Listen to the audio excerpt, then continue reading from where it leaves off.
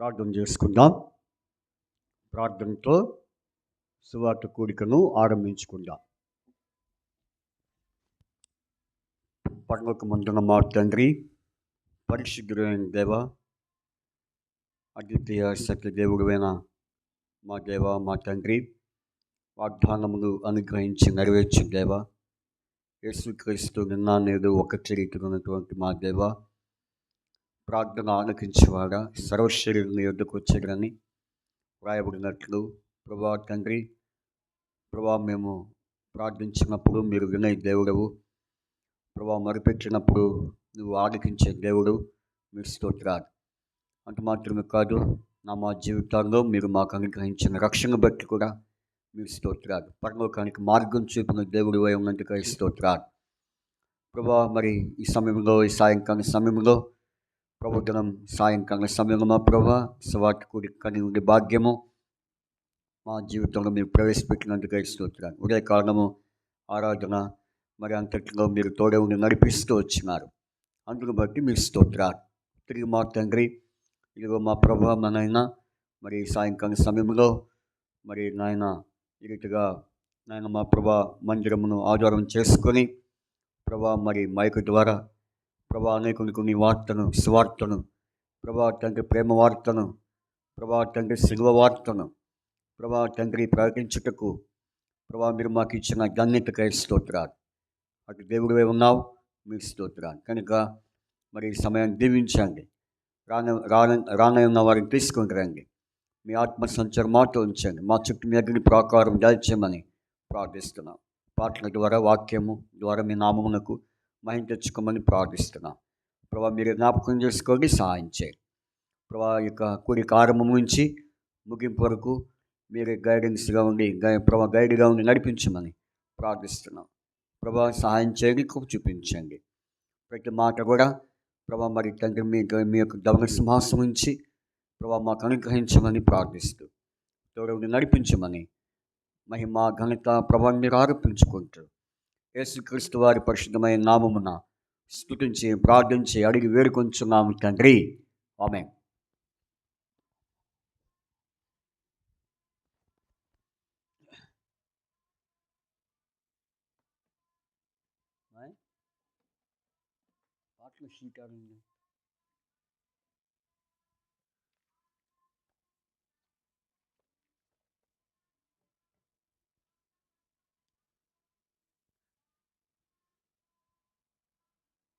వచ్చేసి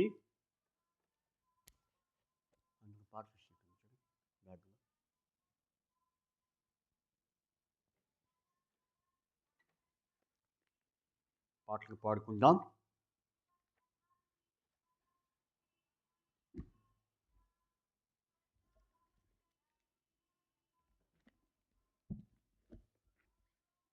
సైడ్ చెప్పు,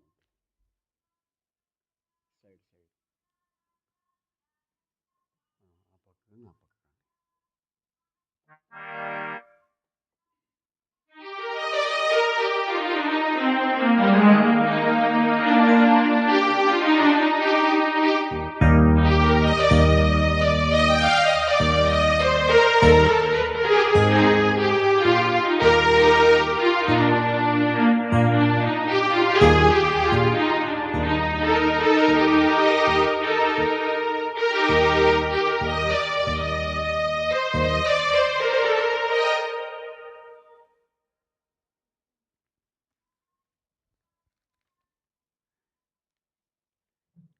ప్రకృతిలో నుంచి మనం పాడుకుందాం.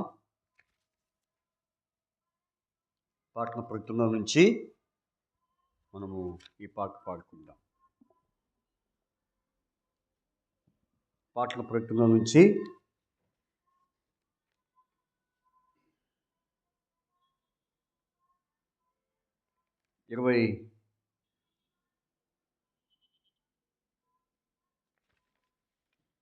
ఒకటో పాట పాడుకుందాం. 21వ పాట మరి 1, 3, 5, 8 గమనించండి.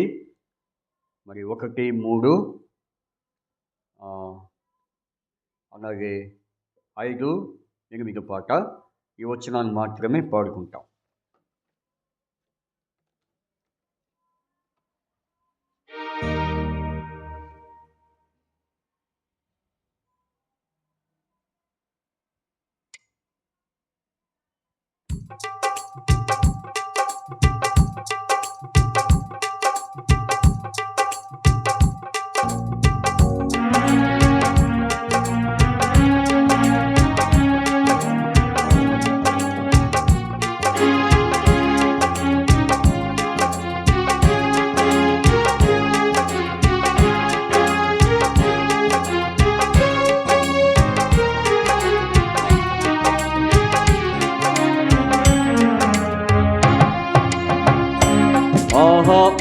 ఆనందమే పరమానందమే ప్రియ యేసును సగే నాకు కొలకాలేనిది బుద్ధి కందానిది ప్రేమ నివారింపవీలకునా ఆనందమే పరమానందమే ప్రియ యేసును సగే నాకు కొలకాలేనిది బుద్ధి కందానిది ప్రేమ నివారింపవీలకునా నీచద్రోహినైనా నన్ను ప్రేమతో చేర్చుకొని నీచద్రోహినైనా నన్ను ప్రేమతో చేర్చుకొని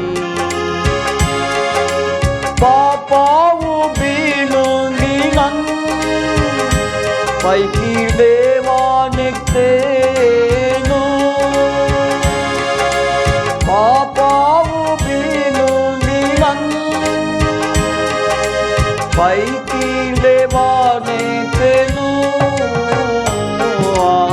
ఆనందమే పరమానందమే ప్రియ యేసును సగే నాకు కాదేనిది బుద్ధి కందానిది ప్రేమ నివారింపవీలకునా ఆనందమే పరమానందమే ప్రియ యేసును సగే నాకు కొలకాలేనిది బుద్ధి కందానిది ప్రేమ నివారింపవీలకునా నిత్యనాశనపురముకు నే పరుడి వెళ్ళుచున్నా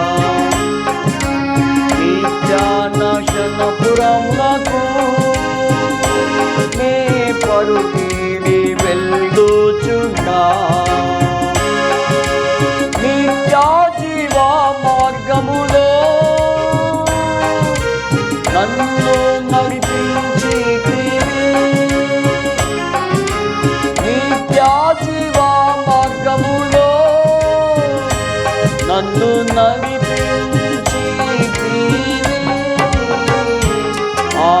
ఆనందమే పరమానందమే ప్రియ యేసును సగే నాకు బుద్ధి కందానిది ప్రేమ నివారింపవీలకునా ఆనందమే పరమానందమే ప్రియ యేసును సగే నాకు కొలకాలేనిది బుద్ధి కందానిది ప్రేమ నివారింపవీలకునా హెచ్చరిక స్వరమును త్రోసివేసిన నన్ను హెచ్చరిక స్వరమును త్రోసివేసిన నన్ను ప్రేమ కొరడా దెబ్బతో ఆదరించి చేర్చుకొంటివి ప్రేమ కొరడా దెబ్బతో ఆదరించి చేర్చుకొంటివి ఆనందమే పరమానందమే ప్రియ యేసును సగే నాకు కాదేనిది బుద్ధి కందానిది ప్రేమ నివారింపవీలకునా ఆనందమే పరమానందమే ప్రియ యేసును సగే నాకు కొలకాలేనిది బుద్ధి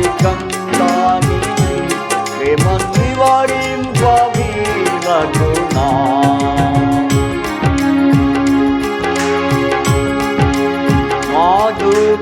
నాదుకనాదుడా నిన్నెప్పుడు కాంతునో. నాదుకనాదుడా నిన్నెప్పుడు కాంతునో.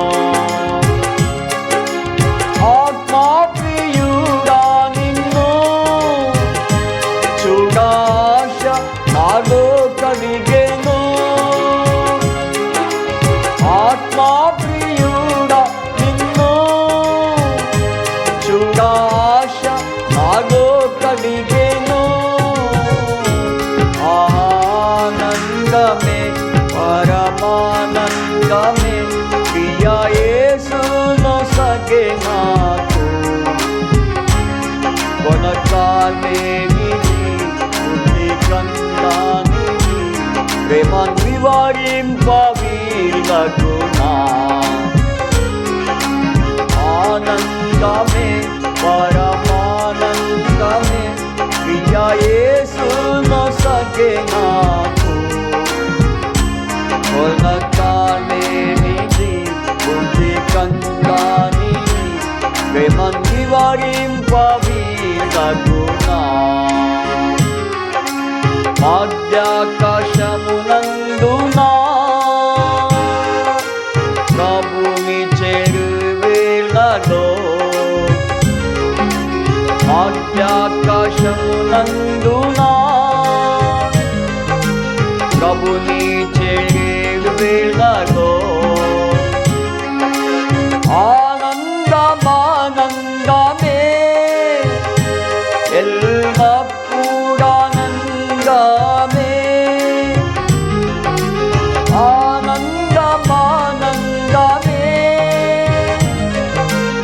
ఎల్లప్పుడానందమే. ఆనందమే పరమానందమే ప్రియ యేసును సగే నాకు. కొనసాలేనిది బుద్ధి కందానిది ప్రేమను వివరింప వీలగునా. ఆనందమే పరమానందమే ప్రియ యేసును సగే నాకు. కొనసాలేనిది బుద్ధి కందానిది ప్రేమను వివరింప వీలగునా.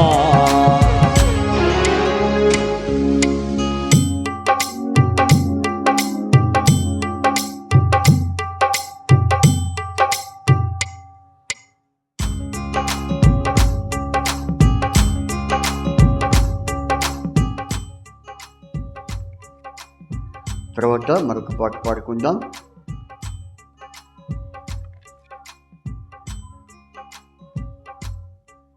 ప్రకటన నుంచి పాటలు ప్రకటన నుండి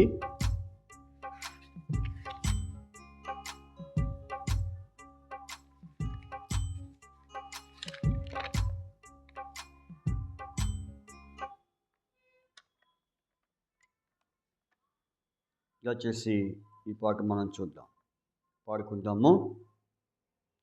సిలువ చెంతకురా అనే పాట పాడుకుందాం. సాంగ్ నెంబర్ 37, 37 పాట. ప్రకటన నుంచి 37 పాట పాడుకుందాం. 37వ పాట పాడుకుంటాం. 37 పాట పాడుకుందాం.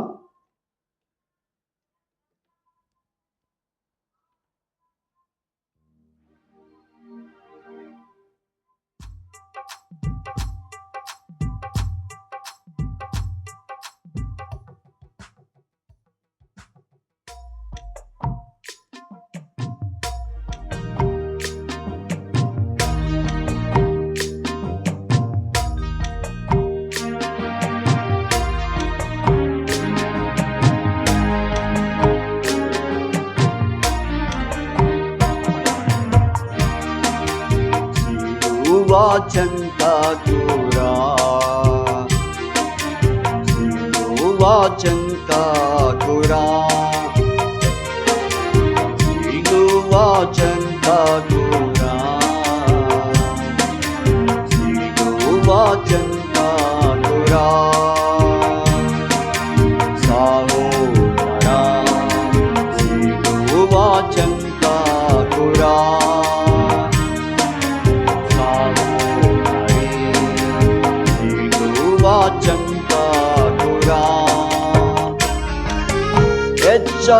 ఎచ్చకలేని నెమ్మది ఉంది ఎవ్వారు ఇవ్వాలి శాంతి ఉంది ఎచ్చకలేని నెమ్మది ఉంది ఎవ్వారు ఇవ్వాలి శాంతి ఉంది సిలువ చెంతకురా సిలువ చెంతకురా సిలువ చెంతకురా సిలువ చెంతకురా యౌవన కాల పాపములో మరణ మార్గాన వెళ్ళేదావా యౌవన కాల పాపములో మరణ మార్గాన వెళ్ళేదావా యేసుని పొందాని బ్రతుకులో పాపములో మరణించేదావా యేసుని పొందాని బ్రతుకులో పాపములో మరణించేదావా సిలువ చెంతకురా సిలువ చెంతకురా సిలువ చెంతకురా సిలువ చెంతకురా సమస్తము నష్టపరచుకొని హృదయము మధ్యదై ఏడ్చేదావా సమస్తము నష్టపరచుకొని హృదయము మధ్యదై ఏడ్చేదావా యేసుని పొందాని బ్రతుకులో పాపములో మరణించేదావా యేసుని పొందాని బ్రతుకులో పాపములో మరణించేదావా సిలువ చెంతకురా సిలువ చెంతకురా సిలువ చెంతకురా సిలువ చెంతకురా పాము జీవించు బిలములో పక్షి జీవించు బిలగునా పాము జీవించు బిలములో పక్షి జీవించు బిలగునా దుఃఖముతో నిండిన హృదయములో నెమ్మది చూడ బిలగునా దుఃఖముతో నిండిన హృదయములో నెమ్మది చూడ బిలగునా చెంతకురా సిలువ చెంతకురా సిలువ చెంతకురా సిలువ చెంతకురా సిలువలో వేలాడు యేసుని నీవు వీక్షించిన చాలును సిలువలో వేలాడు యేసుని వీక్షించిన చాలును రక్షకుడు చిందిన రక్తములో పాపములన్నీ కలుగ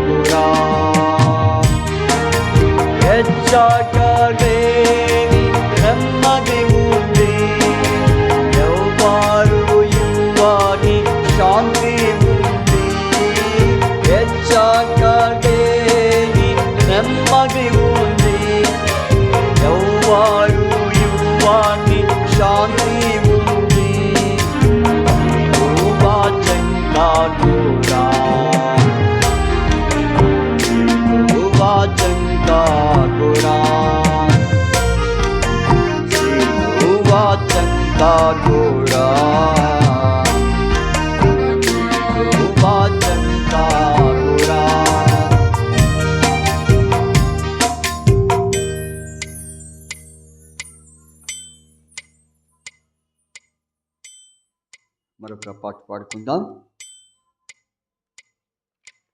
ప్రకటన నుండి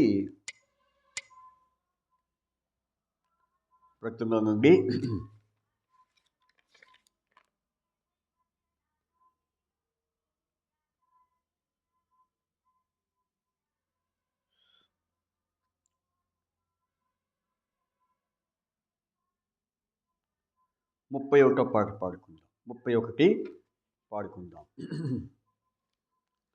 31 పాట పాడుకుందాం. 31, సాంగ్ నెంబర్ 31. ప్రభు యేసు పిలుపును ఓ ప్రియుడా పెడచెవిని పెట్టెదవా.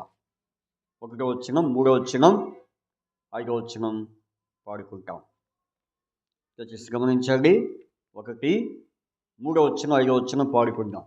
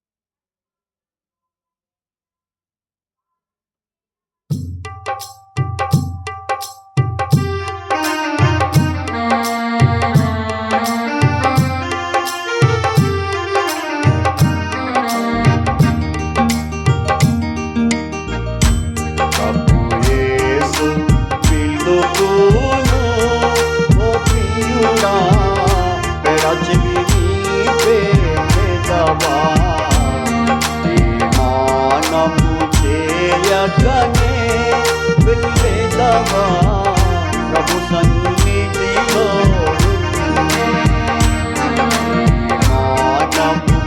చేయకనే వెళ్ళేదవా. ప్రభు సన్నిధిలో లేత వయసు నడిప్రాయమును రచించిపోవునని. లేత వయసు నడిప్రాయమును రచించిపోవునని.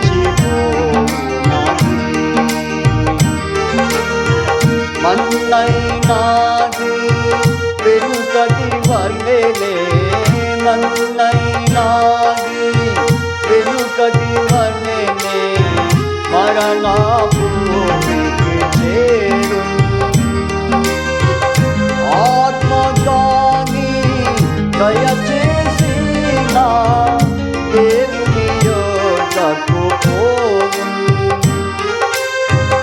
ఆత్మగాని దయచేసిన దేవుని యొద్దకు పోవు. ఆలోకములో నీ ముందు గతి, ఆలోకములో నీ ముందు గతి ఏమౌనో ఎరిగితివా. ప్రభు యేసు పిలుపును ఓ ప్రియుడా పెడచెవిని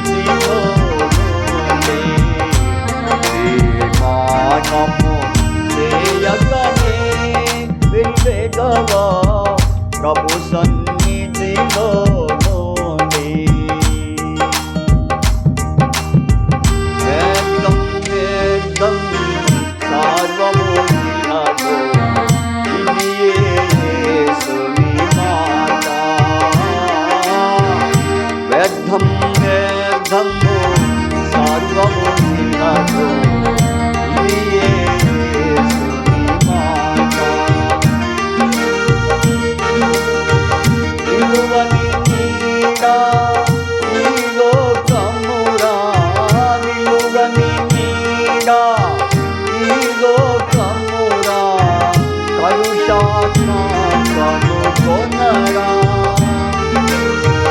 విలువని నీడా లోకమురా కలుషాత్మ కనుగొనరా లోకమంతా సంపాదించి లోబిని ప్రాణమును లోకమంతా సంపాదించి లోబిని ప్రాణమును నష్టపరచుకో నీనా నీకు నష్టపరచు కొనినా నీకు నరుడానా కపుకటా యేసు నిలువును ఓ ప్రియుడా ప్రభు సన్నిధి మానము చేయకనే వెళ్ళెదవా ప్రభు సన్నిధిలో మానము చేయకనే వెళ్ళెదవా ప్రభు సన్నిధిలో నీ రక్షణకై నిలిచెను యేసు తన రక్తధారలతో నీ రక్షణకై నిలిచెను యేసు తన రక్తధారలతో నీ రక్షణకై నిలిచెను యేసు తన రక్తధారలతో నీ రక్షణకై నిలిచెను యేసు తన రక్తధారలతో కడుగును నిన్ను క్షమించును కడుగును నిన్ను క్షమించును మరిగా ఈ క్షణమందే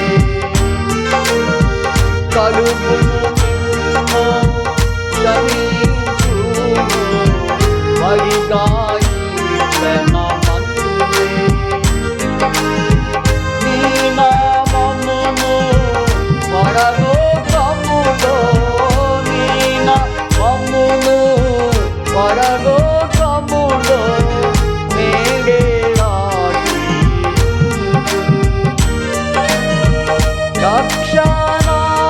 రక్షణానందముతో ఇప్పుడే రక్షణానందముతో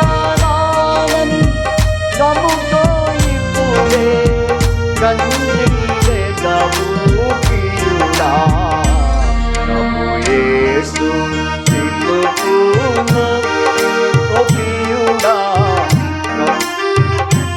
వేదవా మానము చేయకనే వెళ్ళెదవా ప్రభు సన్నిధిలో మానము చేయకనే వెళ్ళెదవా ప్రభు సన్నిధిలో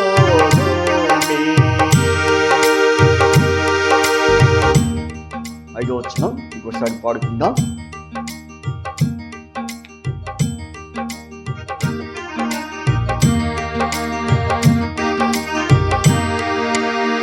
నీ రక్షణకై నిలిచెను యేసు తన రక్తధారలతో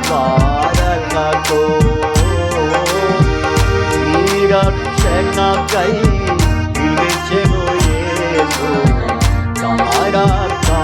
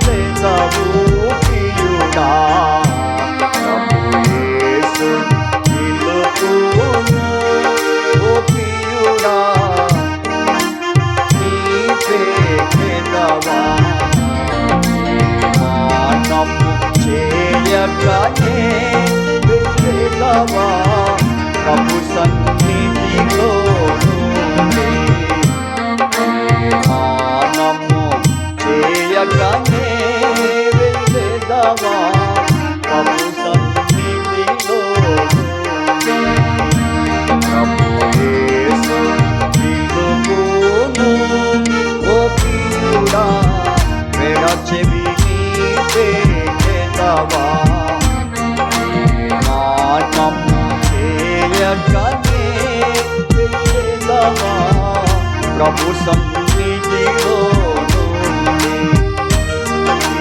మానము చేయకనే వెళ్ళవా ప్రభు సన్నిధిలో.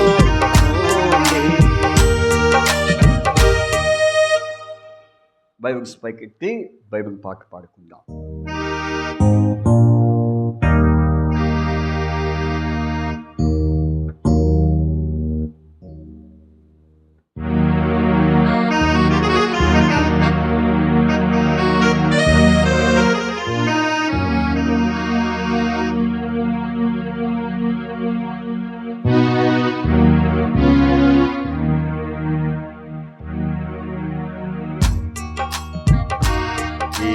బైబుల్ తేనె గూడు, ఈ బైబుల్ చదివి చూడు.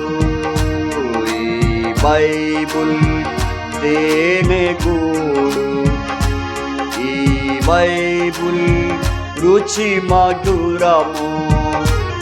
ఈ బైబుల్ తేనె గూడు, ఈ బైబుల్ రుచి మధురము. ఈ బైబుల్ తేనె గూడు, ఈ బైబుల్ చదివి చూడు. తేనె కంటే తీపి చుంకే తేనె కారడు, తేనె కంటే చుంకే తేనె కారడు. బంగారం వేడిమి బంగారం, బంగారం వేడిమి బంగారం. బైబుల్ తేనె గూడు, ఈ బైబుల్ మధురము.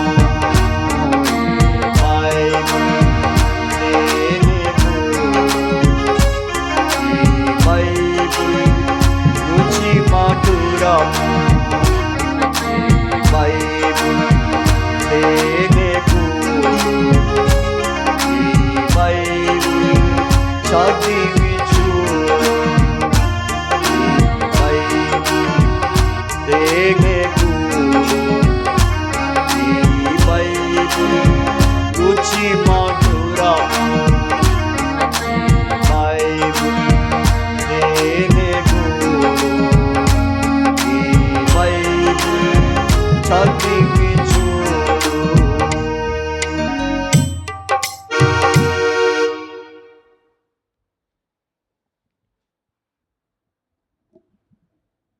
మనం దేవుని వాక్యాన్ని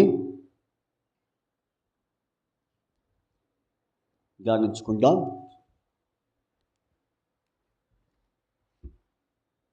పరిశుద్ధమైన గ్రంథముల నుండి మరి దేవుని మాటను మనము ధ్యానించనుంటున్నాం.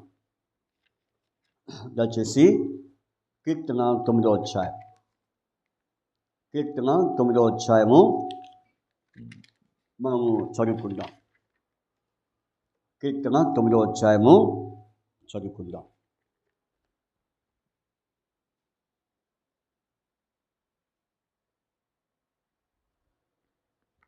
కీర్తన 9వ అధ్యాయము చదువుకుందాం. 1వ వచనం, 9:1. కీర్తన 9:1 చదువుకుందాం. 1వ వచనం చదువుకుందాము.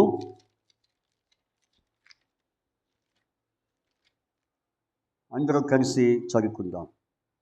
నా పూర్ణ హృదయంతో నేను యెహోవాను స్తుతించెదను. యెహోవా, నీ అద్భుత కార్యములన్నిటినీ నేను వివరించెదను. చాలు. దేవుడు చదివిన ఈ వాక్య భాగం దీవించి ఆశీర్వదించి ఆయన మన వినికిడిలో మనతో మాట్లాడి ఆయన రాకడికై అలాగే మరి అనేక రక్షణ కొరకై మరి సిద్ధపరచబడినట్లు ఈ వాక్యం మన దేవుడు దీవించును గాక. సరే, ఈ వాక్యము ఎందుకు చదవాల్సి వచ్చింది అనంటే ఈరోజు మనకి ఇవ్వబడిన దినవాక్యం కాబట్టి క్యాలెండర్లో 9వ తారీఖు మరి దాని కింద ఇవ్వబడిన వాక్యమే మరి ఈ వాక్యము. నా పూర్ణ హృదయముతో నేను యెహోవాను స్తుతించెదను. యెహోవా నీ అద్భుత కార్యములన్నిటినీ నేను వివరించగలను. కాబట్టి మన పితరులైన దావీదు మరి దేవుణ్ణి స్తుతిస్తున్నాడు, ఆయన్ని వివరిస్తున్నాడు. కాబట్టి దేవుణ్ణి వివరిస్తున్నాడు. కాబట్టి స్తుతించుట, వివరించటం అంటే అర్థం ఏంటంటే ఆయన గురించి ప్రకటించటం, ఆయన చేసిన కార్యాలు మరి వివరించటమే ప్రకటించడమే వివరించడం. That is gospel. కాబట్టి సువార్త. ఎవరి గురించి సువార్త అని మనం అనుకుంటే దేవుని గురించినటువంటి మరి కార్యములన్నిటిని బట్టి ఇక్కడ వివరిస్తున్నాడు. సరే, పూర్ణ హృదయముతో నేను యెహోవాను స్తుతించగలను. అయితే మనకు కావలసినటువంటి అంశం ఏంటంటే పూర్ణ హృదయము. ఈ రాత్రి మరి ఏ అంశంతో మనం ధ్యానించగలుగుతున్నామంటే పూర్ణ హృదయము. పూర్ణ హృదయము అనేది మరి ఎంతో అవసరమైన, ఎంతో ప్రాముఖ్యమైనది. ఎందుకంటే మరి దేవుడు మానవుని దేహంలో ఉంచాడు? హృదయం అనేది ఉంటుంది. హృదయము అనేది దేవుడు పెట్టింది. అయితే ఇక్కడ భక్తుడైన దావీదు పూర్ణ హృదయముతో ఉన్నాడు. అంటే దీన్ని బట్టి చూస్తే ఒకప్పుడు దావీదు హృదయం ఎలాంటిదో, మరి ఎలాంటి హృదయం కలిగిన వాడో వాక్యం ద్వారా మనం అనేక సంగతులు మనం చూడవచ్చు.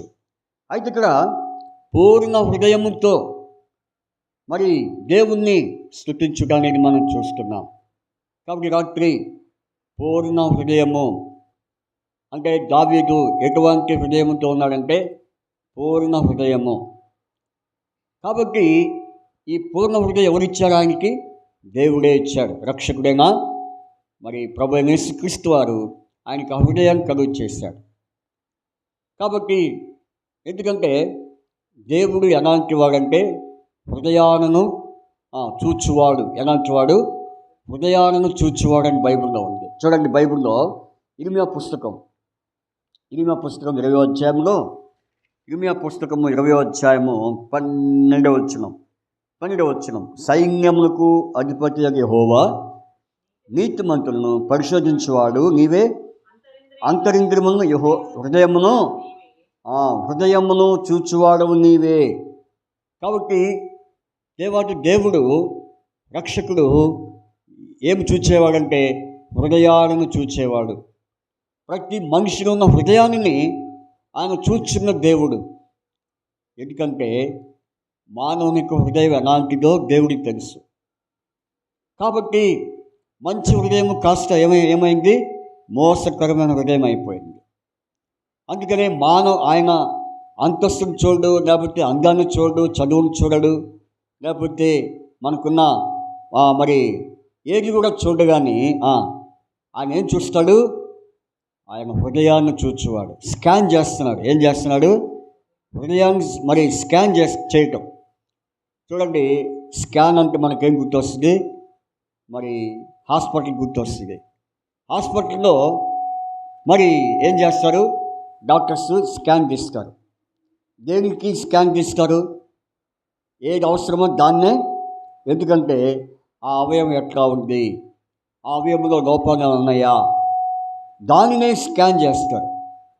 అప్పుడు దాన్ని బట్టి హృదయం మరి ఆ యొక్క పార్ట్, ఆ కిడ్నీ కావచ్చు, లేకపోతే ఊపిరితిత్తులే కావచ్చు, లేకపోతే లివరే కావచ్చు, ప్రేగులే కావచ్చు, ఏదైనా కావచ్చు, బాడీలో ఏదో ఒక పార్ట్, బ్రెయిన్ కావచ్చు. అయితే ఏ విషయంలో డౌట్గా ఉందో డాక్టర్ ఏం చేస్తాడు? దాన్ని స్కాన్ తీయాలని చూస్తాడు. కాబట్టి ఎందుకంటే అది ఎట్లా ఉందనేది. అలాగే మన దేవుడు కూడా మరి అవయవమంతట్లో దేన్ని చూచేవాడు? హృదయాన్ని చూచేవాడు. అందుకనే ఆయన హృదయాన్ని పరిశోధించేవాడు. హృదయాన్ని చూచి ఏం చేస్తాడు? కాబట్టి ఆయన మరి హెచ్చరిస్తాడు.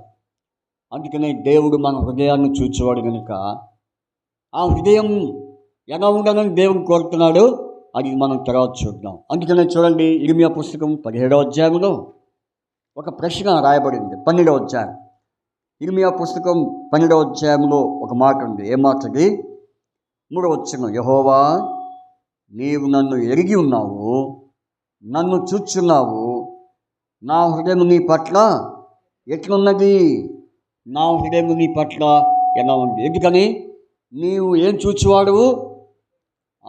అంతేగాని ఏదో పైపే విషయాన్ని చూచేవాడు కాదు. ఆయన డైరెక్ట్గా సూటిగా మన అందరి హృదయాలను చూచువాడు. అందుకనే అంటున్నాడు, ఏమంటున్నాడు? నా హృదయం నీ పట్ల ఎట్లున్నది చెప్పు. కాబట్టి ఈనాడు భూమి మీద జీవిస్తున్న ప్రతి ఒక్కరి హృదయాలను ఆయన పరిశోధించేవాడు. ఎందుకంటే పైకి బాగున్నప్పుడు కూడా లోపల ఏముందో అది ఏ మనిషికి తెలియదు. అందుకని ఆయన హృదయ రహస్యములను ఎరిగేవాడు. ఎలాంటివాడు? హృదయ రహస్యం ఎరిగేవాడు. అందుకని రాత్రి ఈ హృదయంతో జీవిస్తున్న ప్రతి మానవుడు, హృదయంతో ఉన్న ప్రతి సహోదరుడు, ప్రతి సహోదరి, దేవుడు మాట్లాడుతున్నాడు. నీ హృదయము ఎట్లా ఉన్నదో ఆయన హెచ్చరిస్తూ ఉన్నాడు.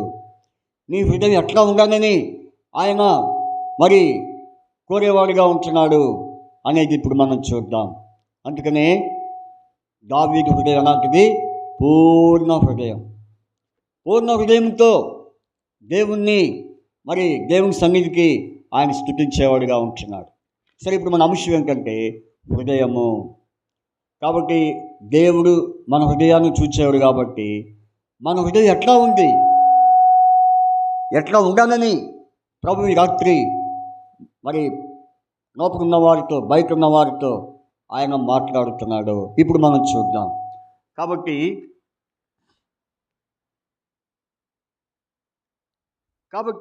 ఇప్పుడు మనము కొన్ని విషయాలు ధ్యానించే వరంగా ఉంటున్నాం. అందుకనే చూడండి, మాట చెప్పి మనం ముందుకు వెళ్ళిపోదాం. నా ఎమ్మడి చెప్పండి, యెహోవా నీవు నన్ను ఎరిగి ఉన్నావు, నన్ను చూచున్నావు, నా హృదయము నీ పట్ల ఎట్లున్నది? కాబట్టి నా హృదయము నీ పట్ల ఎట్లున్నది? ఎట్లా ఉండాలి చెప్పు ప్రభువా, నేను మార్చుకుంటాను. నా హృదయము ఎట్లా ఉంటే నేను బాగోతాను అనేది ఇప్పుడు మనం చూద్దాం. నా హృదయము నీ పట్ల, నా పట్ల ఏముంది అక్కడ? నీ పట్ల ఎట్లున్నది? ప్రశ్న. ఇదిగో ఎట్లా ఉండాలని ప్రభువుడు చెప్పబోతున్నాడు. ఎవరి హృదయం ఎట్లా ఉండాలో, ఎవరెవరి హృదయాలు ఎలా ఉండాలో దేవుడు ఈ రాత్రి మాట్లాడబోతున్నాడు.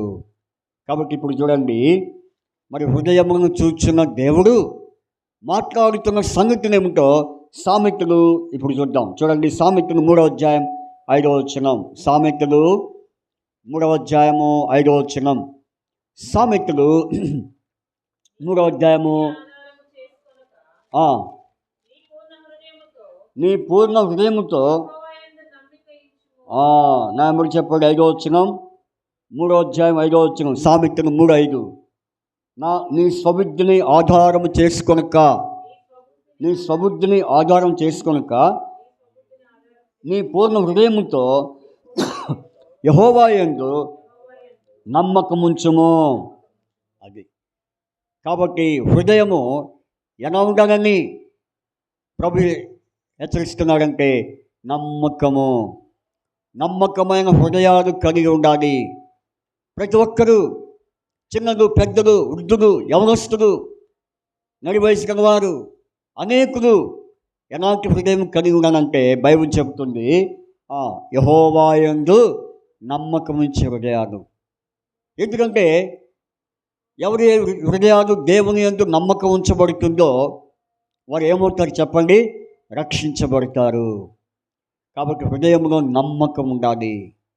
ఎవరి యందు? దేవుని యందు నమ్మకం ఉంచే హృదయాలు ఉండాలి. కాబట్టి ఎందుకని ఆయన యందు నమ్మకం ఉంచాలని చెప్పండి? ఆయన నమ్మకమైన వాడు. ఎలాంటి వాడు? నమ్మకమైన వాడు, సత్య సాక్షి అయిన దేవుడు. ఆయన నమ్మదగిన వాడు. మిమ్మల్ని పిలిచిన దేవుడు నమ్మదగిన వాడు. ఇంకో మాకేమని రాయబడింది? మనం నమ్మదగిన వారము కాకపోయినప్పుడు కూడా ఆయన నమ్మదగిన వాడు. ఆయన నమ్మకమైన దేవుడు. అందుకని ఆయన యందు నమ్మకం ఉంచాలి. అనగా విశ్వాసం ఉంచాలి. ఎవరైతే యేసుక్రీస్తునందు విశ్వాసం ఉంచుతారో వారి జీవితాలు ఏమవుతాయి? రక్షించబడతాయి. కాబట్టి హృదయము ఆయన యందు విశ్వాసం ఉంచాలి. అంటే అది ఎట్లా అంటే ఏ విధంగా విశ్వాసం ఉంచాలి? రోమపత్రిక చూడండి, ఆ మాట మనం చూద్దాం. రోమపత్రిక 10వ అధ్యాయం, రోమపత్రిక 10వ అధ్యాయంలో 8వ వచనం చదవండి. అదేమని చెప్పుచున్నది? వాక్యము నీ యొద్దను నీ నోటను. 9వ వచనం. రైట్. యేసుక్రీస్తు ప్రభువుని నీ నోటితో ఒప్పుకొని దేవుడు మృతుల్లో నుండి ఆయనను లేపెనని నీ హృదయం నుండి విశ్వసించిన ఎడల నీవు రక్షించబడదువు. ఇప్పుడు హృదయము ఆయన నుండి నమ్మకం ఉంచడం అంటే అర్థం ఏంటంటే దేవుడు మృతుల్లో నుండి ఆయన లేపెనని నీ హృదయం నుండి విశ్వసించాడు. దేవుడు అంటే ఎవరు ఇక్కడ? యేసుక్రీస్తు ప్రభువారు. యేసుక్రీస్తు ప్రభువారు ఏమయ్యాడు? మరణించాడు. ఎందుకు మరణించాడు? ఆయన లోకంలో జీవించి చివరికి మరణించిన పరిస్థితి వచ్చింది. ఎందుకని? మనందరి పాపము నిమిత్తమని బైబిల్ చెబుతా ఉంది. ఆయన మరణించక ముందు ఆయన శిక్ష విధించబడింది, ఆయన మీద శిక్ష విధించబడింది. కాబట్టి మానవుని చేసిన పాపములకు బదులుగా మనం పొందవలసిన శిక్ష ఆయన పొందుతూ వచ్చాడు. 53వ యెషయా గ్రంథం 53వ అధ్యాయంలో మరి యేసు ప్రభు గురించి అక్కడంతా రాయబడుతూ వచ్చింది ప్రవచనంలో. ఆయన మన అతిక్రమ నిమిత్తమై గాయపరచబడిను, మన దోష నిమిత్తమై నలగొట్టబడిను, సమాధానార్థమైన శిక్ష అతని మీద పడిను. అంత మాత్రం కాదు, ఆయన ఎలా మౌనంగా ఉన్నాడు? బొచ్చు కత్తిరించు అని ఎదుట గొర్రె ఏ విధంగా వడకు తేబడిన గొర్రె పిల్ల ఏ విధంగా మౌనంగా ఉందో ఆయన ఆ విధంగా మౌనంగా ఉన్నాడు. కారణం ఏంటి? మన పాపము నిమిత్తమై, మన పాపమును పరిహరించు నిమిత్తమై మనకు బదులుగా ఆయన శిక్ష అనుభవించి చివరిగా 7 మాటలను సిలువలో పలికి మరి ఆయన ప్రాణము విడిచి ఏమయ్యాడు? పరలోకానికి వెళ్ళిపోయాడు, మరణించాడు. కాబట్టి అంటే ఆయన మరణించడం అంటే క్రీస్తునందు ఆయన నిద్రించాడు. కాబట్టి ప్రభు తండ్రి యందు నిద్రించాడు. అయితే ఆయన శరీరాన్ని ఏం చేశారు? పాతి పెట్టారు. పాతి పెట్టిన తర్వాత ఇప్పుడు ఆయన ఏమయ్యాడు చెప్పండి? ఆయన లేపబడ్డాడు. కాబట్టి శిక్ష విధించాడు, శిక్ష భరించాడు, మరణించాడు, తర్వాత సమాధి చేయబడ్డాడు. తర్వాత ఏమయ్యాడు? ఇది ఎవరైతే హృదయం మందు విశ్వసిస్తారో అట్టివారికి రక్షణ. అట్టివారికి ఏముంది?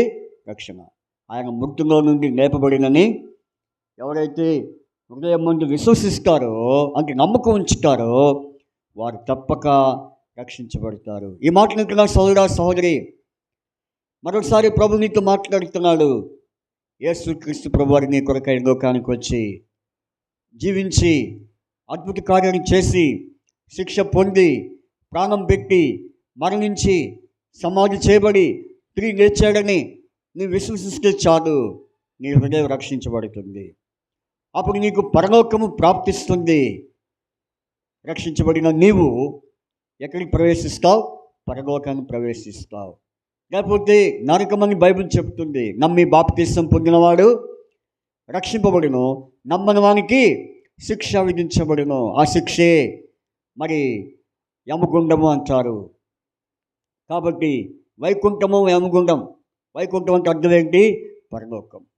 యమగుండం అంటే అగ్ని ఆరదు, పురుగు చావదు, యుగాలు మండే అగ్నిగుండములో నీ ఆత్మ కాలిపోవట ఏమాత్రం ఇష్టం లేక యేసు ప్రభు వారు నిన్ను పిలుస్తున్నాడు. నువ్వు ఏ భారంతో ఉన్నావు? ఏ పాపముతో ఉన్నావు? ఏ చింతలో ఉన్నావు? ఏ బాధలో ఉన్నావు? ఏ దుఃఖంలో ఉన్నావు? అయితే ఇందాక 2వ పాటగా పాడాం. ఏ పాట? సిలువ చెంతాకురా, సిలువ చెంతాకురా సహోదరా, సిలువ చెంతాకురా సహోదరి, సిలువ చెంతాకురా. ఎందుకు? ఎచ్చట లేని నెమ్మది ఉంది, ఎవ్వారు ఇవ్వని శాంతి ఉంది. ఎచ్చట లేని నెమ్మది ఉంది, ఎవ్వారు ఇవ్వని శాంతి ఉంది. సిలువ చెంతాకురా, సిలువ చెంతాకురా. కాబట్టి ఆయన సిలువ ఎద్దుకు వస్తే తప్పకుండా నీకు నెమ్మది, రక్షణ దేవుడు కలుగజేస్తాడు. అంతేగాని దీనికోసం నీ కులం మార్చుకోమని చెప్పట్లేదు, నీ మతం మార్చుకోమని చెప్పట్లేదు, కాబట్టి నీ కులగోత్రాన్ని మార్చుకోమని చెప్పట్లేదు. కానీ నీ హృదయం ఉన్నటువంటి పాపస్థితిని మార్చుకో. నీ హృదయంలో మోసం ఉంది, నీ హృదయంలో పాపం ఉందని, నీ హృదయంలో వ్యాధి ఉందని యేసు ప్రభువు రాత్రి చెప్తున్నాడు. ఒకసారి ఆయన ఎదుకు వచ్చి చూడు, ఆయన సిలువ ఎదుకు వచ్చి చూడు. ప్రభువా, నేను పాపిని, నా పాపం కొరకు నీ రక్తం కాచావు, ఆ రక్తంతో నా పాపం కడుగు, నన్ను పవిత్రపరచు, నన్ను పరిశుద్ధపరచు, నీ కుమారునిగా స్వీకరించుకొని ఆ పరలోకాన్ని నాకు ప్రాప్తించు ప్రభు అని నువ్వు అడిగితే చాలు, ఆయన తప్పకుండా ఏం చేస్తాడు? రక్షిస్తాడు. నీ హృదయం మందు యేసుక్రీస్తు ప్రభుని నమ్మకం ఉంచితే, లేకపోతే విశ్వాసం ఉంచితే నువ్వేమవుతావు? రక్షించబడతావు. నశించిన దాన్ని వేగంగా రక్షించుటకు మనిషి కుమారుడి లోకానికి వచ్చాడని బైబిల్ చెప్తా ఉంది. నశించిపోయిన ఆత్మను, శిక్ష గురయ్యే నీ ఆత్మను, మరణించే నీ ఆత్మను ఆయన తప్పించే దేవుడు ఉన్నాడు. ఈ మాటలు విన్నా నీవు విశ్వాసం ఉంచు, ఒక్కసారి విశ్వాసం ఉంచి చూడు. ఆయన ప్రభు అంటున్నాడు, నా కుమారుడా నీ హృదయం నాకెమ్ము, నా కుమారి నీ హృదయము నాకెమ్ము అంటున్నాడు. ఎందుకని? నీ హృదయం బహు మోసకరమైనది, హృదయం అన్నిటికంటే మోసకరమైనది, అది ఘోరమైన వ్యాధి. ఆ వ్యాధే పాపమన్న వ్యాధిగా దేవుని వాక్యంలో మనం చూస్తాం. కాబట్టి అటు పాపమన్న వ్యాధి నుండి నేను తప్పించడానికి ఆయన నీ హృదయాన్ని కోరుచున్నాడు. అంతేగాని నీ డబ్బు కొరట్లేదు, నీ దాని ధర్మాన్ని కొరట్లేదు, నీ కాయకల్పం దేవుడు అడగట్లేదు, నీ నైవేద్యాన్ని దేవుడు అడగట్లేదు. కానీ నీ హృదయాన్ని అడుగుతున్నాడు. నీ హృదయం ఉన్న పాపమును తీసివేడు కొరకాయ ఆయన నీ ఎద్దుకు వస్తున్నాడు. హృదయం అనేది తలుపు వద్దకు వచ్చి నిన్ను తట్టుచున్నాడు. కాబట్టి ఎవరైనా స్వరం విని తలుపు తీసివేయగా నేను వాడు నాతో కూడా భోజనము చేసే అనుభవంలోనికి ప్రభుని తీసుకొస్తాడు. ప్రభు యేసునందు విశ్వాసం ఉంచము, అప్పుడు నీవు నీ ఇంటి వారు రక్షించబడు. కాబట్టి ప్రభు యేసుక్రీస్తు రాకడ సమీపంగా ఉంది. ముందుగానే ఆయన రాకముందే, ఆయన భూమి మీదకి రాకముందే నీ యేసుక్రీస్తు ప్రభుని నీ సొంత రక్షకుడిగా, పాపుని రక్షకుడిగా, పాపుని స్నేహితుడిగా, ఆయన రక్షించే దేవుడని, మరణించి తిరిగి లేచిన దేవుడని, ఆయన తిరిగి రాబోతున్న దేవుడని నువ్వు నమ్మితే చాలు, నువ్వు తప్పక రక్షించబడతావు. ఇదేదో మేము టైంపాస్గా చెప్పట్లేదు, కానీ మా అనుభవంలో దేవుడు చేసిన కార్యాన్ని బట్టి మేము మీతో చెప్తున్నాం. ఈ రాత్రి తీర్మానం చేసుకో.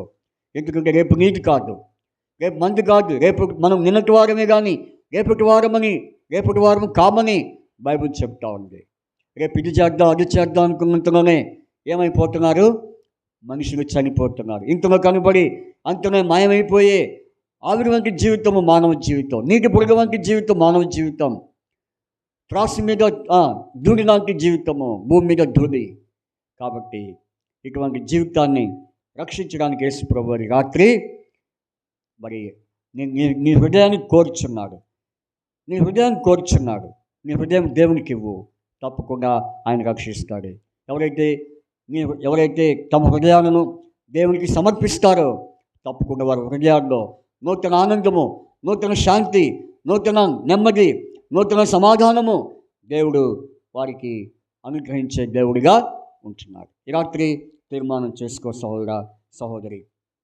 రెండవదిగా చూడండి, హృదయము దేవుని పట్ల ఎలా ఉండాలి అనే దాని విషయంలో నేను మీకు చెప్తాను. చూడండి, ద్వితీయోపదేశ కాండము 4వ అధ్యాయం 29. ద్వితీయోపదేశ కాండము 4వ అధ్యాయము 29వ వచనం. ద్వితీయోపదేశ కాండము 4వ అధ్యాయం 29వ వచనం చదవండి. అయితే అక్కడ నుండి 29 అదే చదవండి, పూర్తిగా చదవండి. అయితే అక్కడి నుండి నీ దేవుడిని యెహోవాను మీరు వెదకిన ఎడల నీ పూర్ణ హృదయముతోనూ నీ పూర్ణ ఆత్మతోనూ వెదకున్నప్పుడు ఆయన నీకు ప్రత్యక్షమవును. మొదటిగా యెహోవా యందు నమ్మకం ఉంచినప్పుడు, లేకపోతే విశ్వాసం ఉంచినప్పుడు నీవు రక్షించబడతావని బైబిల్ చెప్తుంది. రెండవది, ఆయన పట్ల నీ హృదయం ఎలా ఉండాలని దేవుడు చెప్తున్నాడు. వెతకాలి హృదయంతో, పూర్ణ హృదయంతో. ఆయన వెతికినప్పుడు ఆయన నీకేమవుతాడు? ప్రత్యక్షమవుతాడు.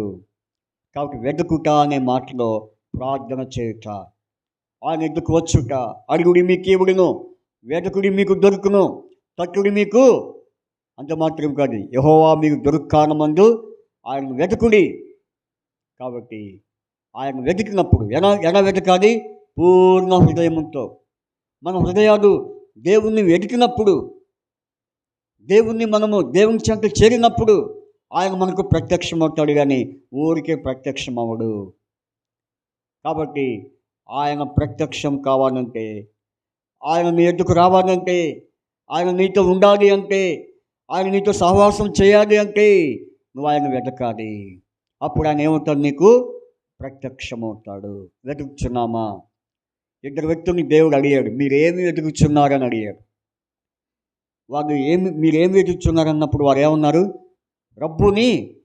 చూడండి, యోహాను సువార్త 1వ అధ్యాయం. యోహాను సువార్తలో ఈ మాట మనం చూద్దాం. యోహాను సువార్త 1వ అధ్యాయం, జాన్ గాస్పెల్ చాప్టర్ 1 వర్స్ 38. చూడండి, అక్కడ చూడండి, యేసు ప్రభు చెప్తున్న మాట ఏంటంటే, యేసు వెనుకకు తిరిగి వారు తన్ను వెంబడించుట చూచి మీరేమి వెతుకుచున్నారని వారిని అడగగా, వారు రబ్బీ నీవు ఎక్కడ కాపురం ఉన్నావని ఆయన అడిగింది ఎవరు? ఆయనే. ఆ రబ్బీ ఎవరు? ఆయనే, యేసు ప్రభు వారే. కానీ వాళ్ళు యేసు ప్రభు వారిని గుర్తించట్లేదు. కానీ రబ్బీ ఎక్కడున్నావు, ఎక్కడ కాపురం ఉన్నావు అని అడిగినప్పుడు ఆయన ఇచ్చిన సమాధానం చెప్పండి. వారు వచ్చి చూడమని ఆయన వారితో చెప్పగా, వారు వెళ్ళి ఆయన కాపురం ఉన్న స్థలాన్ని చూచి ఆ దినము ఆయన యొద్ద బస చేసిరి. కాబట్టి ఇప్పుడు వారు ఎవరిని వెతుకుతున్నారు చెప్పండి? రబ్బీని. రబ్బీ అనగా బోధకుడు అని అర్థం. రబ్బీ అంటే బోధకుడిని. కాబట్టి యేసు ప్రభు వారు ఎలాంటి వాడు? బోధకుడు. ఆయన బాధకుడు కాదు. ఎవరైనా బోధకుడు. కాబట్టి ఆయన బోధించేవాడు. బోధకుడిని వెతుకుతున్నారు. ఎందుకంటే యేసు ప్రభు వారు అన్న చోట్ల ఏం చేశాడు చెప్పండి? బోధించాడు. ఫస్ట్ ప్రసంగం ఎక్కడ బోధించాడు చెప్పండి? ఫస్ట్ ప్రసంగం ఎక్కడ ఆరంభించాడు? మత్తయి సువార్త 5వ అధ్యాయంలో ఆరంభించాడు. ఆయన మరి అక్కడ కూర్చొని వారికి ఏం చేస్తున్నాడు? బోధింపసాగాను. మత్తయి సువార్త 5వ అధ్యాయం, 6వ అధ్యాయం చెప్పానా? 5వ అధ్యాయం చూడండి, 5వ అధ్యాయం. అక్కడ యేసు ప్రభు వారు భూమికి వచ్చిన తర్వాత ఆయన ఇచ్చిన ఫస్ట్ ప్రసంగం, ఆయన జన సమూహం చూచి కొండ ఎక్కి కూర్చుండగా ఆయన శిష్యులు ఆయన ఎద్దుకు వచ్చిరి. అప్పుడు ఆయన నోరు తెరిచి ఇలాగూ బోధింపసాగాను. బోధకుడు యేసు ప్రభు ఎవరు? బోధకుడు. యేసు ప్రభుని వెతుకుతున్నారు. ఈ లోకంలో చాలామంది అనవసరమైన వాటిని వెతుకుతున్నారు. క్రైస్తవులైంది కూడా, రక్షణ పొందిన వారైంది కూడా లోకాన్ని వెతుకుతున్నారు, లోకంలో ఉన్నదంతా వెతుకుతున్నారు అయితే ప్రభు వాక్యాన్ని వెతకట్లేదు. బోధించే యేసు ప్రభుని వారు వెతకకుండా ఏవేవో వెతుకుతున్నారు. అందుకనే మీరేమి వెతుకుతున్నారని ప్రభు ప్రశ్నించాడు. చూడండి, ఆ ప్రశ్న అంత అద్భుతంగా ఉందో. చూడండి, 1వ అధ్యాయంలో ఆ వాక్యం మనం చూసాం కదా. చూడండి, 1వ అధ్యాయంలో యేసు ప్రభు ఏమంటున్నాడు చెప్పండి? యేసు వెనుకకు తిరిగి వారు తన్ను వెంబడించుట చూచి మీరేమి వెతుకుతున్నారని వారిని అడుగగా. కాబట్టి ఏ వెతకాలి మనం? లోకములో ఉన్న వాటిని కాదు. ఈ రోజుల్లో మనుషులు వెతుకుతున్నారు. ఎక్కడ ఏ విధమైనటువంటి సహాయం దొరికితో వెతుక్కుంటున్నారు. కానీ మరి సమస్తము కలుగు చేసే దేవుడు, సహాయకుడు, ఆయన వెతకాలి మనము. అప్పుడు ఆయన ఏమవుతాడు? ప్రత్యక్షమవుతాడు. ఎలా వెతకాలి? పూర్ణ హృదయముతో దేవుని వెతకాలి. కాబట్టి రాత్రి నీవు హృదయపూర్వకంగా పూర్ణ హృదయంతో దేవుని వెతుకుతున్నావా? ఎప్పుడైతే నువ్వు పూర్ణ హృదయంతో దేవుని వెతుకుతావో తప్పకుండా ఆయన నీకేమవుతాడు?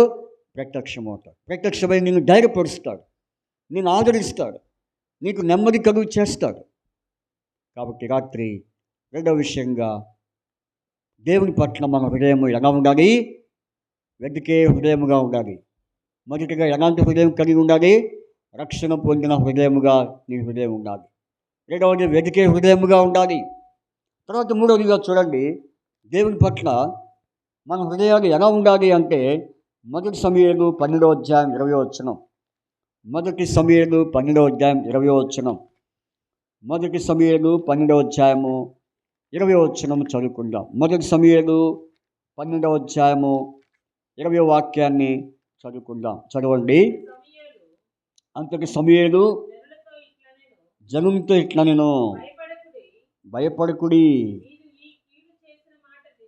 మీరు ఈ కీడు చేసిన మాట నిజమే, అయినను యెహోవాను విసర్జింపకుండా ఆయనను అనుసరించుచు పూర్ణ హృదయముతో. చూసారండి. కాబట్టి ఇక్కడ ఏమని రాయబడింది? ఆయనను సేవించుడి. పూర్ణ హృదయముతో దేవుని సేవించుట అనేది ఎంతో మంచిది. కనుక ఆయన్ని సేవించడం అర్థం ఏంటి? 24వ వచనం చదవండి. 24వ వచనం. ఆయన మీ కొరకు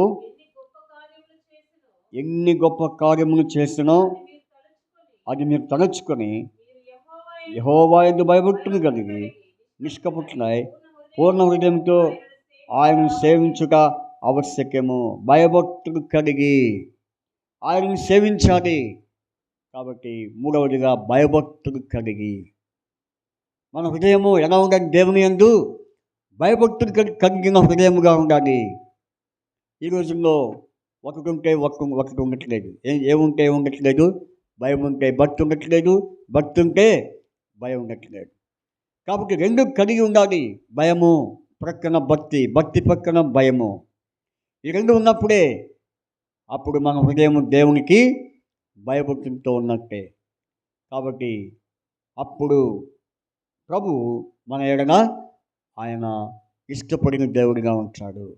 కాబట్టి దావీదు దేవుని అందరినీ భయభక్తులు కలిగి ఉన్నాడు కనుక మరి దేవునికి ఎంతో ఇష్టడిగా జీవించాడని వ్రాయబడుతూ వచ్చింది. కాబట్టి రాత్రి మాట్లాడుతున్నా నీవు క్రైస్తవుడా, సహోదరి సహోదరుడా, విశ్వాసి, ఈ రాత్రి నీ హృదయము ఎలా ఉండాలని ప్రభు కోరుచున్నాడు?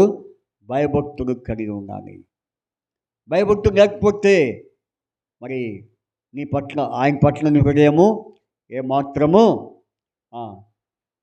ఏమాత్రము ఇష్టం లేని హృదయముగా ఉంటుంది. కాబట్టి రాత్రి తీర్మానం చేసుకుందామా?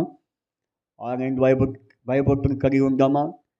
కాబట్టి ఆయన పట్ల మన హృదయము భయభక్తులు కలిగి ఉంటే ఆయన మనల్ని ఎంతగానో ఆశీర్వదిస్తాడు. కనుక ఎలా ఉంది మన హృదయం? మనిషిని చూచి భయపడుతున్నాం కానీ, మనిషిని ఎదుట భక్తిగా ప్రవర్తిస్తున్నాం కానీ, దేవుని ఎదుట భయభక్తులు కలిగి ఉంటున్నామా లేదా అనేది మనం పరీక్ష చేసుకోవాలి. కాబట్టి దేవుని ఎలా సేవించాలి? భయభక్తులతో. ఎలాంటి హృదయంతో? భయభక్తులు కలిగిన హృదయంతో ఆయనను సేవించాలి. ఒక ఆయన ఉన్నాడు, ఎవరైనా చాలా భయభక్తులు కలిగి దేవుని సేవిస్తున్న కుటుంబం ఉంది. ఏ కుటుంబం చెప్పండి? యెహోషువ ఏమన్నాడు? మీరు ఎవరినైనా సేవించుకోండి కానీ నేను నా ఇంటి వారిని యెహోవాను మాత్రమే. చూడండి ఎంత భయభక్తులు ఉంటే ఆ మాట అన్నాడు. ఈ రోజుల్లో మరి అలాంటి మాటలు అంటున్నారా? మా కుటుంబం దేవుని సేవిస్తుంది, మా కుటుంబం సమితంగా మేము భయపడుతుంటూ దేవుని సేవిస్తున్నాం అన్నవాళ్ళు ఎవరైనా ఉన్నారు ఇక్కడ? కనపడట్లేదు. కాబట్టి కుటుంబం సమ్మితంగా దేవుని భయభక్తులు కలిగి దేవుని సేవించిన కుటుంబమే యెహోషువ కుటుంబం. అలాగే కొత్త నిబంధన కుటుంబం ఉంది. ఏ కుటుంబం చెప్పండి? కొర్నేలి కుటుంబం. ఏ కుటుంబం? కొర్నేలి.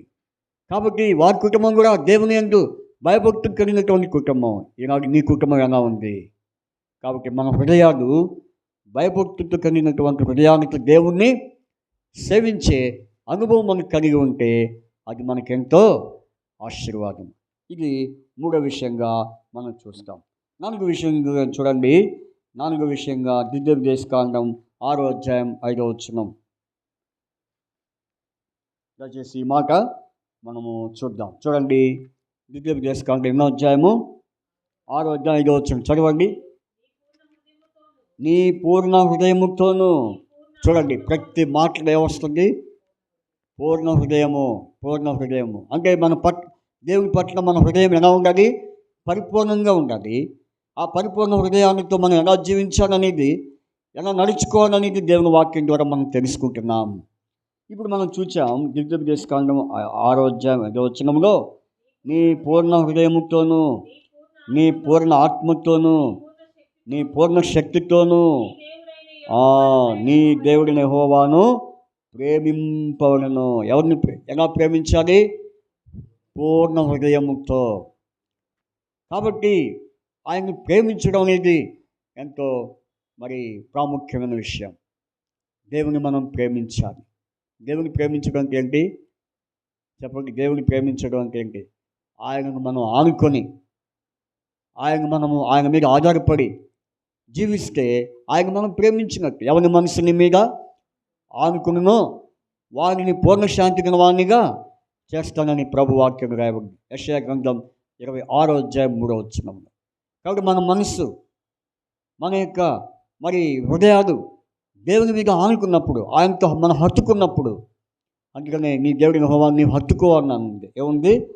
ద్వితీయోపదేశకాండంలో ఆయన మనం హత్తుకోవాలి. కాబట్టి ఆయన ప్రేమించడం అంటే హత్తుకోవడమే. 13వ అధ్యాయం ద్వితీయోపదేశకాండం 13వ అధ్యాయంలో అక్కడ ఏమని రాయబడింది చూడండి, 4వ వచనం. మీరు మీ దేవుడిని యెహోవాకు లోబడి ఆయనకే భయపడి ఆయన ఆజ్ఞలను అనుసరించి ఆయన మాటను విని ఆయనను సేవించి ఆయన హత్తుకొని ఉండవలెను. చూడండి, ఎన్ని రకాలు ఉన్నాయి? లోబడుట, భయపడుట, ఆజ్ఞలను అనుసరించుట, ఆయన మాట వినుట, ఆయన సేవించుట, ఆయన హత్తుకొనుట. దీన్ని ఏమంటారు? ప్రేమించుట. ఏమంటారు? ఆయన ప్రేమించుటమే. కాబట్టి కుమారుని ముద్దు పెట్టుకున్నవాడు ఎవరు? కుమారుని ముద్దు పెట్టుకున్నవాడు ధన్యుడు.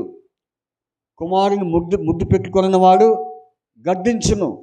కాబట్టి ఆయన హత్తుకోవాలి అంటే ఆయనకు లోబడాలి, ఆయనకు భయపడాలి, ఆయన ఆజ్ఞలను అనుసరించాలి, ఆయన మాటను వినాలి. ఆయన సేవించినప్పుడే మనం ఆయన్ని ప్రేమించినట్టు మనం ప్రేమించినట్టు అర్థం. కాబట్టి వీటిలో ఎక్కడ తప్పిపోయావు? ఏ విషయంలో నువ్వు కొనసాగించలేకపోతున్నావు? లోబడలేకపోతున్నావా? దేవునికి భయపడలేకపోతున్నావా? ఆయన ఆజ్ఞలను అనుసరించలేకపోతున్నావా? ఆయన మాట విని ఆయన్ని సేవించలేకపోతున్నావా? ఏ విషయంలో తప్పిపోతున్నావు? అందుకని ఆయన్ని ప్రేమించాలి. పూర్ణ హృదయంతో ఆయన్ని ప్రేమించడం అంటే ఇదే అర్థం. కాబట్టి వీటిలో ఏది ఒక్కటి తప్పిపోయినా మనం దేవుని ప్రేమించినట్టు. కాబట్టి ఆయన ప్రేమించాలి. కాబట్టి యేసు ప్రభువు మన కోసం ఏం చూపించాడు? ప్రేమ చూపించాడు. ఆయన ప్రేమ స్వరూపి. ఆయన ప్రేమ గలవాడు, ప్రేమ గల తండ్రి. ఎలాంటి వాడు? ప్రేమ కలిగిన తండ్రి ఆయన. కాబట్టి ఆయన దగ్గర ఏం ప్రేమ ఉంది? అగాపే ప్రేమ, నిస్వార్థమైన ప్రేమ. ఆ ప్రేమతో ఆయన మనల్ని ప్రేమించినప్పుడు మనం ఆయన ఏం చేయాలి? ప్రేమించాలి. ఎలా ప్రేమించాలి? హృదయముతో, పూర్ణ హృదయముతో. కాబట్టి హృదయమును రక్షణ, దేవుని యందు విశ్వాసం ఉంచినప్పుడు రక్షణ. రెండవది పూర్ణ హృదయంతో దేవుని వెతికే వారికి ప్రత్యక్షత. తర్వాత చెప్పండి, పూర్ణ హృదయంతో ఆయన సేవించే వారికి దేవుడు ఎన్నో మేలులు కలుగ చేస్తాడు. తర్వాత ఆయన ప్రేమించాలి అని మనం చూస్తూ వచ్చాం. తర్వాత చూడండి, తర్వాత కీర్తన 119:69 వచనం. కీర్తన 119:69 వచనం చూడండి. లేకపోతే ఆ వచనం తర్వాత చదువుదాం. కీర్తన 138:1. కీర్తన 138:1 చదవండి. కీర్తన 138:1. నా పూర్ణ హృదయముతో నీకు కృతజ్ఞతాస్తుతులు చెల్లించున్నాను. కాబట్టి నా పూర్ణ హృదయంతో నీకు కృతజ్ఞతాస్తుతులు చెల్లిస్తున్నాను. కాబట్టి ఆయనకి కృతజ్ఞత కలిగి ఉండటమే గొప్ప ధన్యత. మనం దేవునికి కృతజ్ఞత కలిగి ఉండాలి. ఎందుకంటే ఆయన మనకు ఎన్నో కార్యాలు చేశాడు, ఎన్నో అద్భుతాలు చేశాడు. కుటుంబపరంగా, సంఘపరంగా, వ్యక్తిగతంగా ఎన్నో మరి ఉపకారాలు చేసినందుకు ఆయనకు మనం ఏం చేయాలి? కృతజ్ఞతాస్తుతులు చెల్లించాలి. ఇదే మాకు 86 కీర్తనలో రాయబడింది. చూడండి, 86 కీర్తనలో రాయబడతా వచ్చింది. 86 కీర్తనలో రాయబడింది. కీర్తన 86లో మరి 12వ వచనం, నా పూర్ణ హృదయముతో నేను నీకు కృతజ్ఞతాస్తుతులు చెల్లించగలను. కాబట్టి హృదయముతో ఆయన పట్ల మన హృదయం ఎలా ఉండాలని ప్రభు హెచ్చరిస్తున్నాడు. కృతజ్ఞత కలిగి ఉండాలి. ప్రతి విషయమందు దేవునికి కృతజ్ఞతాస్తుతులు చెల్లించుడి. ఇలాగ చేయటం ఈ విషయంలో దేవుని చిత్తం. కాబట్టి కృతజ్ఞత చెల్లిస్తే మనం ఆయన చిత్తమును నెరవేర్చిన వారం అవుతాం.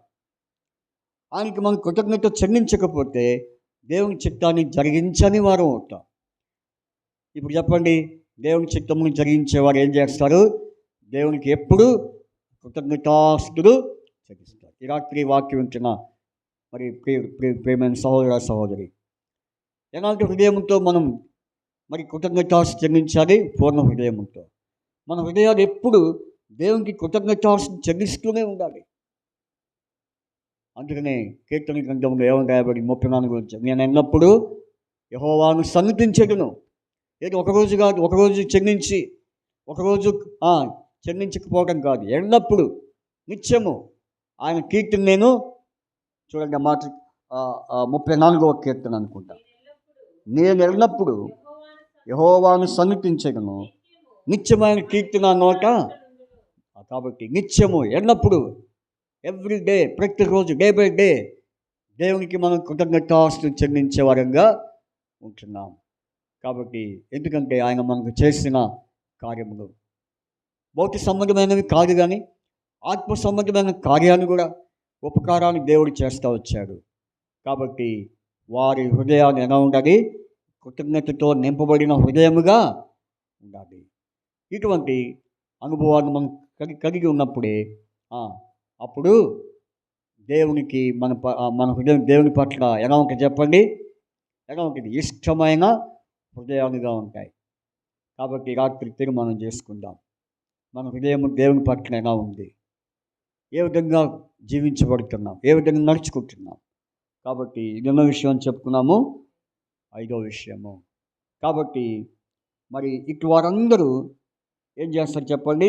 119వ కీర్తన 69లో ఏమని రాయబడింది చెప్పండి? పూర్ణ హృదయముతో నీ ఉపదేశమును అనుసరించును. కాబట్టి దేవుని ఉపదేశం, ఇప్పుడు మనం చెప్పినన్ని ఉపదేశం, వాక్యం, ఈ ఉపదేశాన్ని నువ్వు అనుసరిస్తావా? అనుసరించాలి.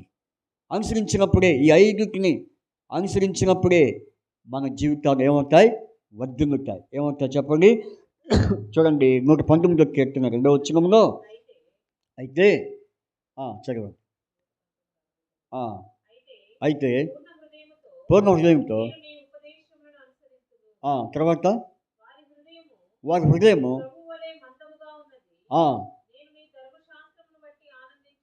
చూశారు, వారి హృదయము కొవ్వువలే. ఒకవేళ ఈ విధంగా మనము మరి అనుసరించకపోతే, మన హృదయాలు దేవుని పట్ల ఈ విధంగా ఉండకపోతే, వారి హృదయం ఎలా ఉంటుందంట? కొవ్వు వలె మందంగా ఉంటుందంట. కొవ్వు ఉన్నవాడు ఎలా ఉంటాడు? ఫ్యాక్ట్. కొవ్వు అంటే ఏంటి? ఫ్యాక్ట్. కాబట్టి కొవ్వు వలె మందంగా ఉంటుంది. కాబట్టి మన హృదయాలు మందంగా ఉండకూడదు, మన హృదయాలు మత్తుగా ఉండకూడదు. కాబట్టి ఒకవేళ మన హృదయాలు మందంగా ఉంటే, మన హృదయాలు మత్తుగా ఉంటే ఉగ్రత ఎలా వస్తుంది? ఉరి వచ్చినట్టుగా ఉగ్రత వచ్చింది. కాబట్టి రాత్రి తీర్మానం చేసుకుందాం. తర్వాత ఇర్మియా గ్రంథం 33వ అధ్యాయం 10 ఇర్మియా 3:10 చదువుకొని ప్రార్థన చేసుకుందాం. ఇర్మియా 3:10 చదువుకుందాం. ఇర్మియా 3:10 అక్కడ ఏమని రాయబడిందంటే, ఇంతగా జరిగినను ఆమె సహోదరి అయిన పై వేషములకే గాని తన పూర్ణ హృదయముతో చూడండి ఏం చెప్తున్నాడు ఆయన? దేవుడే చెప్తున్నాడు. ఏమని? పై వేషములకే కానీ తమ పూర్ణ హృదయముతో నా యొద్దకు తిరుగుటలేదని యెహోవా సెలవిస్తాడు. వేషము, మన హృదయాలు వేషంతో కూడిన హృదయాలు ఉండకూడదు, మందంతో కూడిన హృదయాలుగా ఉండకూడదు. కాబట్టి ఎలాంటి హృదయాలుగా ఉండాలి? 5 హృదయాలు మనం చూసాం. అంటే హృదయం ఒకటే, కానీ హృదయంలో ఉండవలసిన లక్షణాలు 5 చూసాం. ఇటువంటి హృదయాలు దేవుని పట్ల ఉన్నప్పుడు మనం దేవునికి ఎంతో ఇష్టముగా, ఆయనకి ఇష్టమైన భక్తులముగా మనము జీవించే వారంగా ఉంటాం. కాబట్టి రాత్రి తీర్మానం చేసుకుందాం. అటు రీతిగా దేవుడు మనకు మరి ఆ విధంగా మనం ప్రభు నడిపించి ఆయన రాకడకై మనం సిద్ధపరచునుగాక. మన అంశం ఏంటి? కీర్తన 9:1 పూర్ణ హృదయము. ఏ హృదయము? పూర్ణ హృదయం. కాబట్టి మన హృదయాలు ఏ విధంగా ఉండాలో వాక్యం ద్వారా హెచ్చరిక చేయబడి ఉన్నాం. కాబట్టి ఆ ప్రకారం జీవించినట్లు దేవుడు మనకు సహాయము చేయనుగాక. ప్రార్థన చేసుకుందాం. ఏమైనా ప్రార్థన.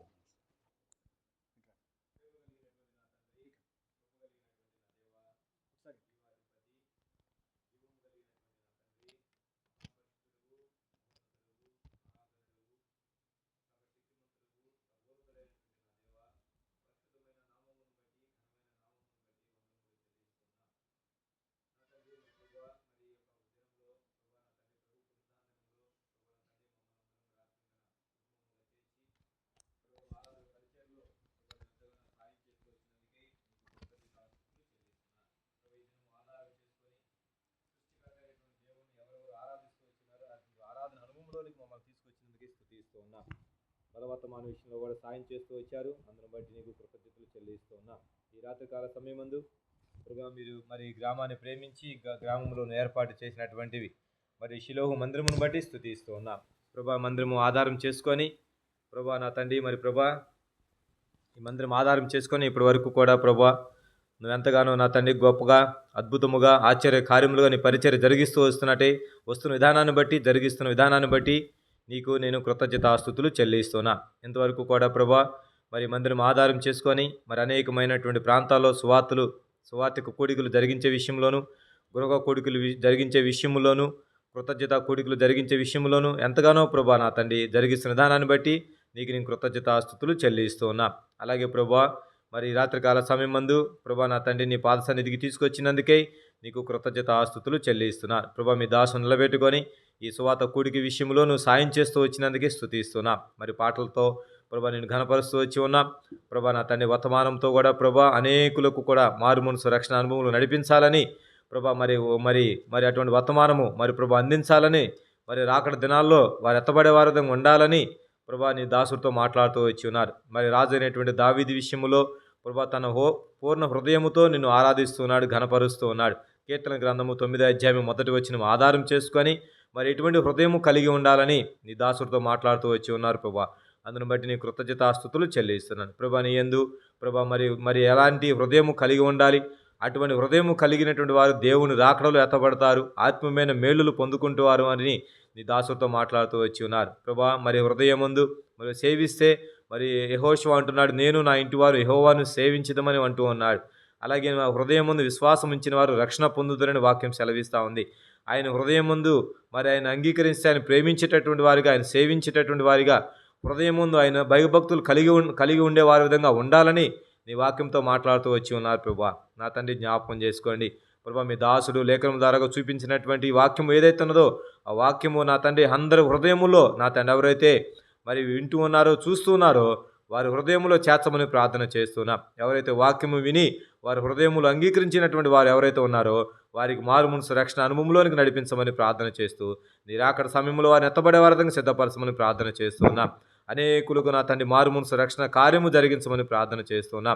అలాగే ఈ సువార్త కూడికను కూడా దీవించి ఆశీర్వదించమని ప్రార్థన చేస్తూ మరి అనేకులు కూడా ప్రభా ఈ యొక్క కూడికలో కూడా పాలుపొంపులు పొందేవారి విషయంలో సిద్ధపరచమని ప్రార్థన చేస్తున్నా. నా తండ్రి జ్ఞాపకం చేసుకోండి. ఇంతవరకు నువ్వు సాయం చేస్తూ వచ్చినందుకే స్తుతిస్తున్నాం. స్థానికంగా ఉన్నటువంటి మీ దాసులను కూడా జ్ఞాపకం చేసుకోమని, వారి పరిచర్యలు మరి జ్ఞాపకం చేసుకోమని, పరిచర్ని దీవించి ఆశీర్వదించమని, మరి ఎంతోమంది ఆత్మలు బలపరిచే విషయంలో సహాయం చేయమని, అనేకమైనటువంటి ప్రాంతాల్లో మరి జరుగుతున్నటువంటి కూడికల్లో కూడా మీ దాసును బలపరచమని ప్రార్థన చేస్తూ ప్రభా నీవే సహాయం చేయమని, వారికి కావలసినటువంటి సమస్తము సమకూర్చమని నీ సన్నిధిలో వేడుకుంటూ ఈ సమయం ఇచ్చిన స్తుతిస్తూ మేము కూడా ప్రభా ఈ కొద్ది సమయము నీ సన్నిధిలో గడపడానికి నువ్వు ఇచ్చిన శ్రేష్టమైన సమయమును బట్టి నీ కృతజ్ఞతలు చెల్లించుకుంటూ నా రక్షకుడైనటువంటి యేసు క్రీస్తు వారి పరిశుద్ధమైన నామము పేరిట ప్రార్థించి అడిగి వేడుకుంటున్నాను తండ్రి. ఆమేన్. మన తండ్రి అయిన దేవుని ప్రేమయు కుమారుడైన యేసుక్రీస్తు వారి కృపయు పరిశుద్ధాత్మిక అన్యోన్య సహవాసం చెరువుచమనందరికీ ఎవరైతే వాక్యం వింటూ వచ్చారో వారందరికీ ఆయన కృప తోడే ఉండి నడిపించును గాక. ఆమేన్. ఆమేన్. అందరికీ ప్రైజ్ ది లార్డ్.